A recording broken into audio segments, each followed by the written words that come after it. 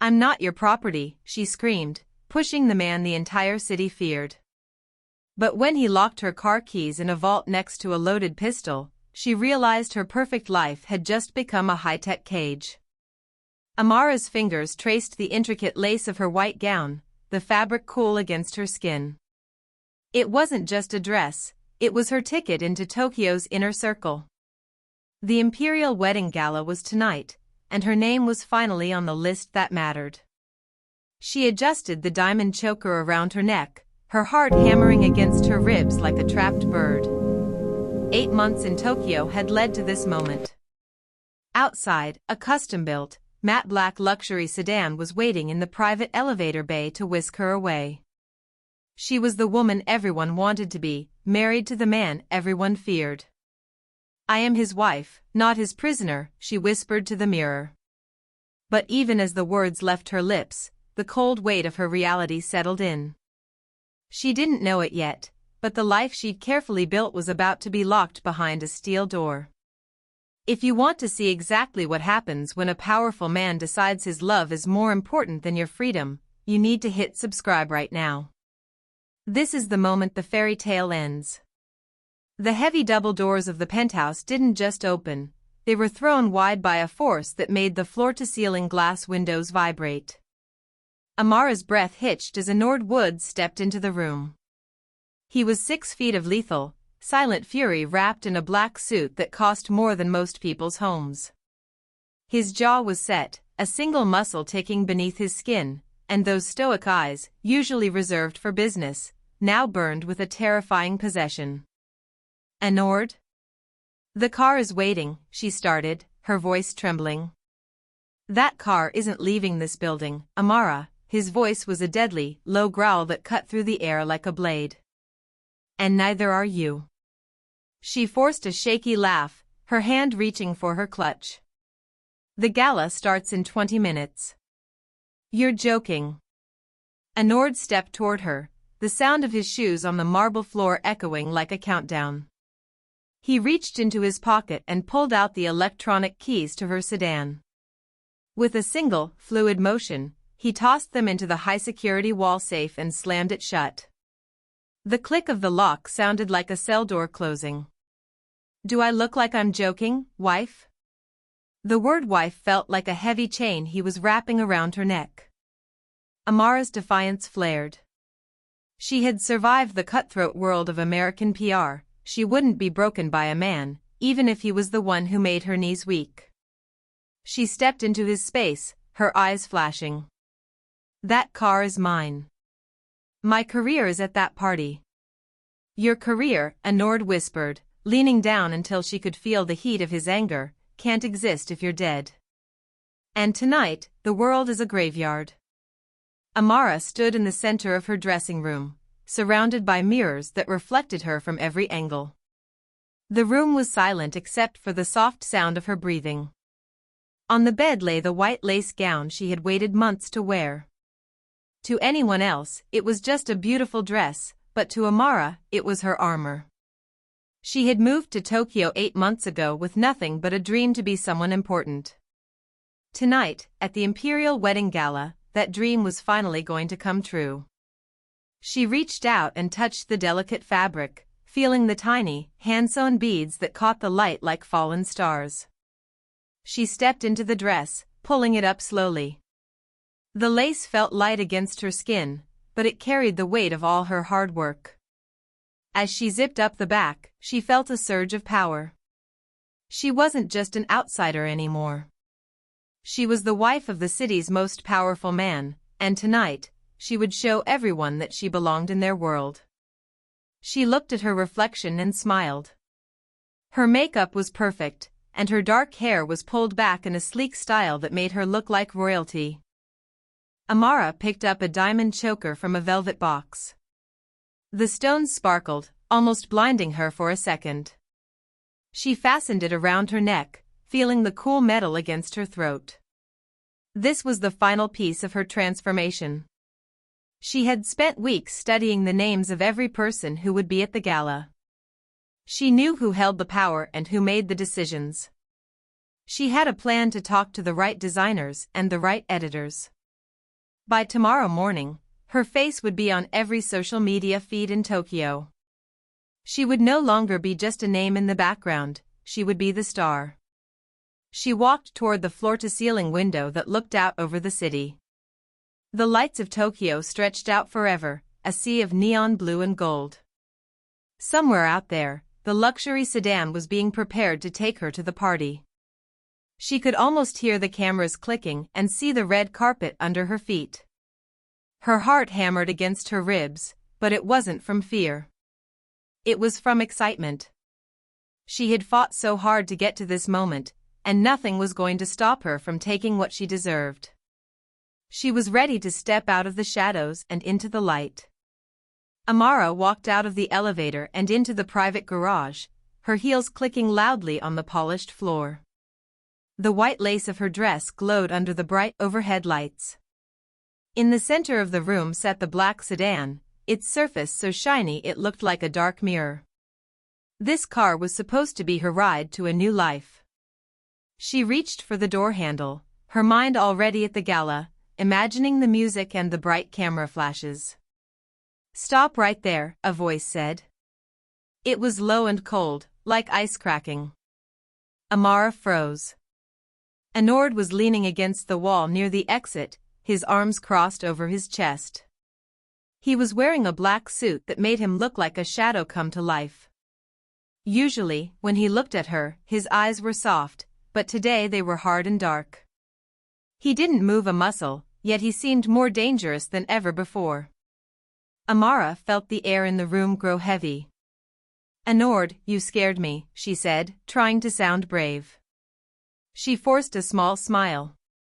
"The car is ready, and we are going to be late. Let's go." Anord didn't smile back. He walked toward her, and each step felt like a heavy drumbeat. He reached into his pocket and pulled out the electronic keys to the sedan. He held them up for a moment, letting the light catch the silver metal. Then, without saying a word, he turned toward a thick steel safe built into the garage wall. He punched in a code, tossed the keys inside, and slammed the heavy door shut. The loud clink of the lock felt like a punch to her chest. "That car isn't leaving this building, Amara," he said.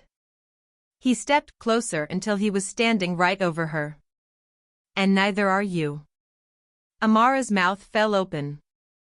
She looked at the safe and then back at her husband. "What are you doing?" "My whole career depends on this party. I've worked for months to get that invitation." She reached out to push past him, but he didn't budge. It was like trying to move a mountain. Anord's hand came up, not to hurt her, but to grip her shoulder with a firm, heavy pressure. It wasn't the touch of a loving husband anymore, it was the touch of a man who owned everything he looked at. He looked down at her beautiful white dress with a look of pure fury. "You think this is about a party?" he growled. "You are my wife. You belong here, behind these walls, where I can keep you safe. The world outside is a graveyard tonight, and I will not let you walk into it." Amara felt a hot wave of anger rise in her chest. She had survived so much to get to Tokyo, and she wasn't going to let anyone, even the man she loved, turn her into a prisoner.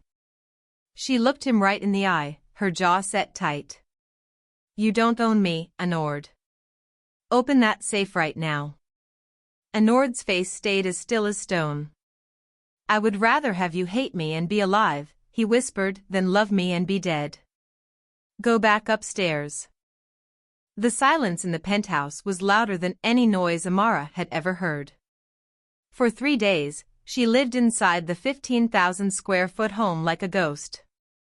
The rooms were filled with expensive furniture and gold decorations, but to her, it just felt like a giant, cold box. She walked from the kitchen to the living room, her footsteps echoing off the marble floors. She was still wearing the white lace dress from the first night because she didn't want to admit that the dream was over. She felt like a prisoner in a castle made of glass. Every time she passed a mirror, she saw a woman who looked perfect but felt broken. She spent hours sitting on the edge of the velvet sofa, staring at her phone. The screen was the only window she had left to the outside world. On social media, the Imperial Wedding Gala was everywhere. She scrolled through hundreds of photos of people she was supposed to be meeting. She saw the bright lights, the famous designers, and the red carpet she had worked so hard to reach. Her name was nowhere to be found. In the comments, people were asking where she was. Some said she was unreliable, while others joked that she had probably gotten cold feet. Every word she read felt like a tiny cut. She watched her follower count drop as the hours ticked by. 3 days of silence was enough to destroy months of hard work. In the fast world of Tokyo fashion, if you are not seen, you don't exist. She felt her career slipping away like sand through her fingers. Anord didn't come to see her. He stayed in his office or left the building with his men. When he was home, she could hear the heavy thud of his boots in the hallway, but he never opened her door. She wanted to scream, to break the expensive vases, to do anything to make him listen. Instead, she just sat in the quiet luxury of the high-rise. The sun would come up and turn the city gold, and then the moon would rise and turn it blue, but for Amara, nothing changed. She looked at her diamond wedding ring and felt a heavy weight in her chest. She had married a man who said he loved her, but now he was the one taking everything away. She was trapped in the clouds, high above the streets where people were free to live their lives. The white lace of her dress was starting to wrinkle, and her heart was starting to harden. She realized that a gilded cage is still a cage, no matter how much it sparkles. She wasn't going to just sit there and disappear. She needed to know the truth, and she needed to find a way out. Anord stood in his dark office, staring at the security screens that covered the wall. He could see every corner of the penthouse, including the room where Amara sat in silence. His heart felt heavy as he watched her. He knew she hated him right now. He knew she felt like a prisoner in a cage made of gold and glass. But to Anord, that cage was the only thing keeping her heartbeat steady. He would rather be the villain in her story than the man who had to bury her. A soft knock came at the door. His second-in-command, Kenji, walked in. Kenji's face was pale, and he was carrying a box wrapped in expensive black paper. He set it on the mahogany desk with shaking hands. Anord didn't need to open it to know it was bad news. The air in the room suddenly smelled like old copper and dead flowers. He pulled a knife from his belt and sliced through the tape. Inside the box was a blood bouquet. It was a bundle of white lilies, but they had been dipped in deep red paint that looked exactly like blood. Tucked between the flowers was a silver lotus flower, the mark of the most dangerous gang in Tokyo.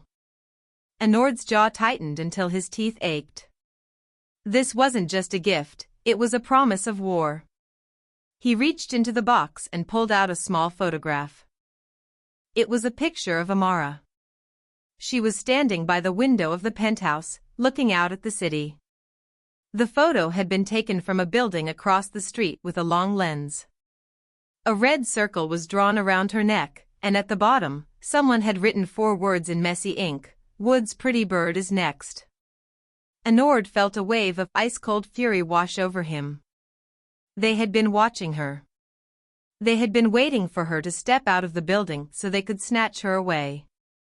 He crumpled the photo in his fist. For years, he had lived in this world of violence and shadows. He had lost his father to a Silver Lotus blade, and he had promised himself he would never lose anyone else. Every time Amara smiled at a camera or posted a photo of her life, she was giving his enemies a map to find her. She thought he was being mean, but he was actually terrified. He was a man who ruled an empire with fear, yet the thought of Amara being hurt made his hands shake. "Double the guards," Anord ordered, his voice sounding like gravel. "Nobody enters or leaves this building without my word. If a bird even flies too close to her window, I want to know about it." Kenji bowed and hurried out of the room. Anord turned back to the screen, watching Amara trace the patterns on her lace dress. He wanted to go to her, to hold her and tell her the truth, but he didn't know how to be soft. He only knew how to be a wall between her and the monsters in the dark. The silence finally snapped. Amara stood up from the sofa, her legs weak but her mind on fire. She didn't care about the expensive dress anymore. She didn't care about the beautiful view. She marched toward the heavy doors of Anord's office and pushed them open. She didn't knock. She didn't wait. She found him standing by the window, his back to her, looking out at the city like he owned every street lamp and every shadow. "I am done, Anord," she said, her voice loud and clear in the big room. "I am not a piece of furniture you can just leave in a corner. I am a human being." Anord didn't turn around immediately. "Go back to your room, Amara. It is not safe for you to be in the hallways." "Nothing is safe," she shouted, her voice breaking. "Being in this house isn't safe for my heart. You haven't looked at me in 3 days. You haven't spoken to me. You just keep me here like a bird in a cage. If this is what being your wife means, then I don't want to be your wife anymore." Anord turned around then. His face was a mask of stone, but his eyes looked tired. He saw the tears on her cheeks and the way her hands were shaking. He saw that the woman he loved was falling apart right in front of him. He looked at the box on his desk, the one holding the bloody flowers, and then back at her. "You don't understand," he said, his voice a low growl. "Then make me understand." Amara stepped closer, her eyes flashing with anger. "If you don't tell me what is happening, I am leaving. I will find a way out of this building, and I will never come back. I would rather be in danger and free than stay here and die of sadness in this giant, empty house." Anord felt a sharp pain in his chest that had nothing to do with his enemies. He had spent every second of the last 3 days thinking about how to save her life. He had built a fortress around her. He had stayed awake to watch the cameras. He thought he was being a hero, but now he saw the truth. By trying to keep her alive, he was killing the person she was. He was saving her body, but he was losing her soul. He looked at the door, then at the safe where the car keys were hidden. He realized that his silence was a wall that was about to crush them both. If he didn't speak now, she would leave, and he would be alone in his kingdom of shadows. He had always been afraid of his enemies, but for the first time in his life, he was truly afraid of her. He saw that his protection was a different kind of weapon, and it was pointed right at her heart. "Wait," he whispered, his voice cracking. He reached out a hand, his fingers trembling just a little bit. "Don't leave. I will show you why the car had to stay." Anord stood still for a long time, his hand reaching out toward Amara. The air in the office felt thick and heavy. He looked down at his desk and slowly picked up the black box. His movements were no longer smooth and powerful. They were slow, like he was carrying a heavy weight. He walked over to the sofa and sat down, his shoulders dropping. This was not the man the city feared, this was a man who looked like he had lost everything. "Come here," he said softly. His voice didn't sound like a command anymore. It sounded like a plea. Amara walked over and sat beside him. She saw the box and felt a chill run down her spine. Anord opened the lid and showed her the red-tipped lilies. Then, he pulled out the photograph. Amara's breath caught in her throat. It was her. She was standing in this very penthouse, looking happy and unaware.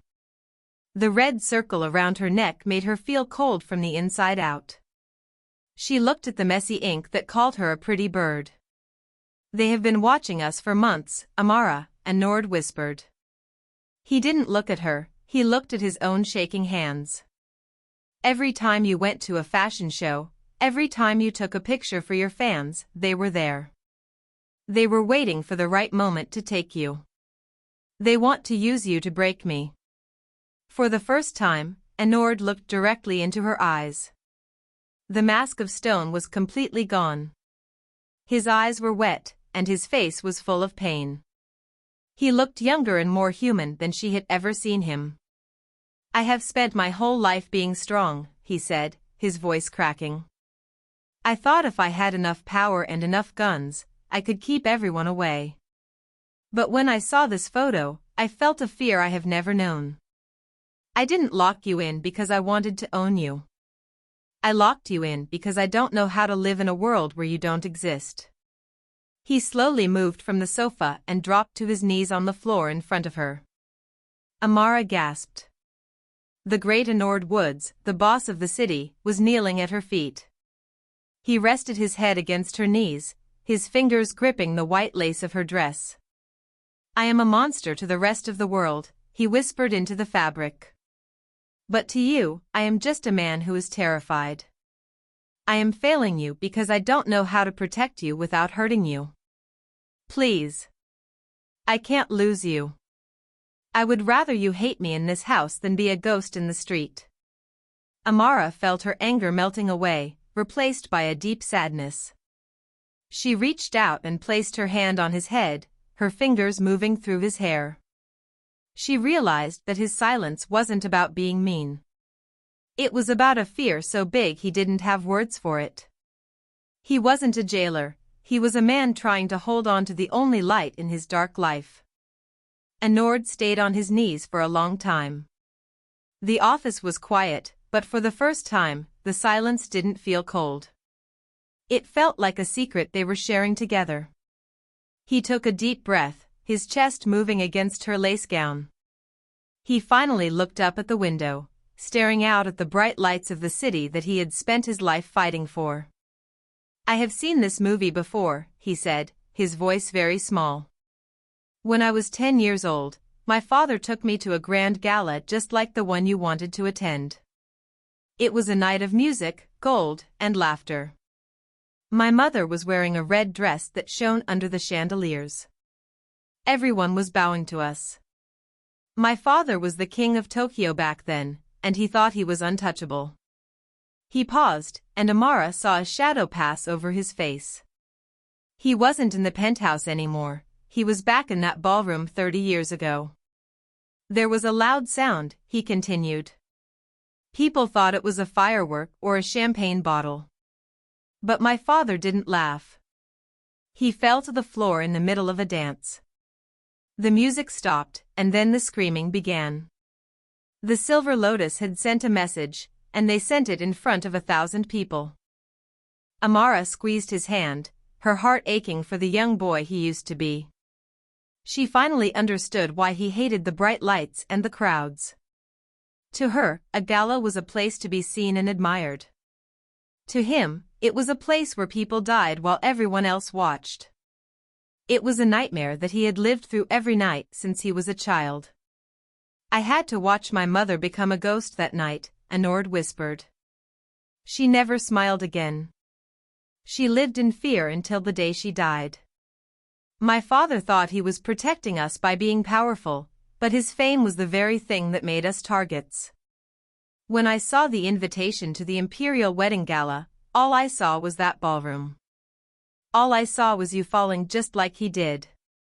He looked at the white lace on her shoulder, his eyes filled with a deep, old pain. "I thought that if I kept you here, I could stop history from repeating itself. I thought that if the world couldn't see you, the world couldn't hurt you. I didn't want to turn you into a prisoner, Amara. I just didn't want to turn you into a memory." Amara leaned down and kissed his forehead. The man who had acted like a monster was actually just a person trying to protect his heart from breaking twice. She realized that his cage wasn't made of gold or glass, it was made of his own memories. She knew she couldn't stay locked away forever, but she also knew she couldn't leave him alone with his ghosts. They had to find a way to walk through the light together, or they would both stay trapped in the dark. Amara reached out and took Anord's face in her hands. She made him look at her. The fear in his eyes was still there, but she wanted to give him something else to hold on to. She wanted to give him courage.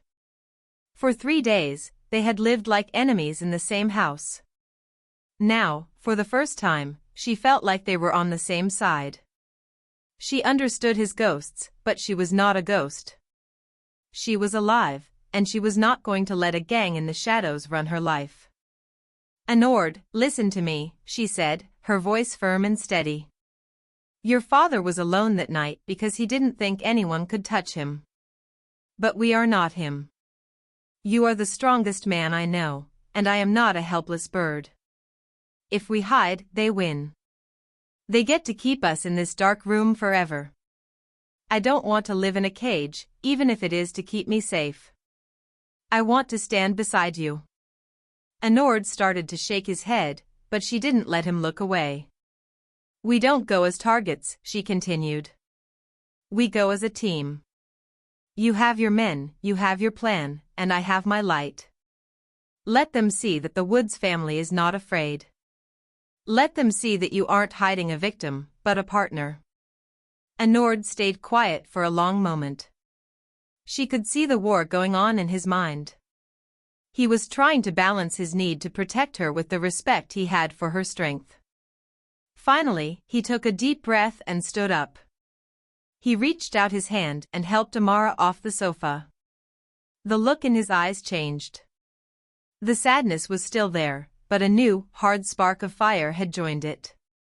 If we do this, Anord said, his voice deep and serious, we do it my way. You will have more protection than a queen. Every person in that room will be watched. Every door will be guarded. He walked over to his desk and pulled out a map of the gala hall. He began to point at the exits and the rooftops. He showed her where his best men would be standing. Amara stood beside him, her white lace dress rustling as she leaned in to look at the plans. This wasn't just about fashion anymore. It was about a mission. They spent the rest of the night working together. Anord showed her how to stay close to him and what to do if things went wrong. For the first time, he treated her like an equal. He didn't just tell her to stay, he told her how to fight. As the sun began to rise over Tokyo, Amara felt a different kind of excitement. She was still going to the gala, and she was still going to be the most beautiful woman there. But this time, her white lace wouldn't just be for show. It would be the flag of a woman who refused to be owned by fear. They were no longer a boss and his prisoner. They were a dangerous partnership, and they were ready for the light. The night was cool and clear as the line of black cars pulled up to the Imperial Wedding Gala. The building was covered in bright gold lights that stretched up toward the stars. Outside, hundreds of people were waiting behind velvet ropes. Cameras flashed like lightning, and reporters shouted names into their microphones. It was the biggest night in Tokyo, and everyone was waiting to see who would show up. In the back of the lead car, Amara sat beside Anord. She was wearing her white lace gown, and it looked more beautiful than ever. Anord reached over and took her hand. His grip was strong, but his touch was gentle. He looked at her with pride, and for the first time, the fear in his eyes was replaced by a hard, protective fire. He checked the small radio in his ear one last time. High above on the surrounding rooftops, his snipers were in place. In the crowd, 50 of his best men were watching every movement. Are you ready? Anord asked. His voice was deep and calm. Amara took a deep breath. She wasn't the same woman who had cried in the penthouse 3 days ago. She felt strong, and she felt loved. I am ready, she whispered. Let's show them. The car door opened, and the noise of the crowd hit them like a wave. Anord stepped out first. He looked like a king in his black suit, his face a mask of cold power. He turned and reached back into the car, helping Amara step onto the red carpet. When the light hit her dress, the crowd went silent for a heartbeat before the cameras began to explode with light. She was breathtaking. She walked with her head held high, her hand resting perfectly on Anord's arm. They walked together toward the entrance. Every step they took was measured and sure. Anord never left her side, his eyes constantly scanning the crowd. He wasn't hiding her anymore, he was showing the world that she was his equal. People whispered as they passed, sensing the dangerous power that surrounded the couple. They didn't look like a boss and his wife, they looked like a force of nature that nothing could stop. As they reached the top of the stairs, Amara stopped and looked back at the city. She saw the flashes of the cameras and the faces of the people who had doubted her. Then she looked up at Anord. He was looking at her like she was the only thing that mattered in the entire world. The Silver Lotus might still be out there in the shadows, but tonight they had no power here. The pretty bird was gone, and in her place stood a queen. They stepped through the grand doors and into the light, together and untouchable.